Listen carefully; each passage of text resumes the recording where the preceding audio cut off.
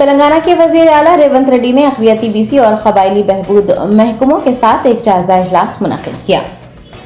वजीर आला रेवंत रेड्डी ने डॉक्टर बी.आर. अम्बेडकर सेक्रेटरीट में हफ्ते को अक़लियती बीसी और कबायली बहबूद के महकमों का एक जायजा इजलास तलब किया। इजलास में उज़रा पूनम प्रभाकर, सीता अक्का के अलावा मुशीर मोहम्मद अली शब्बीर व दीगर ने भी शिरकत की।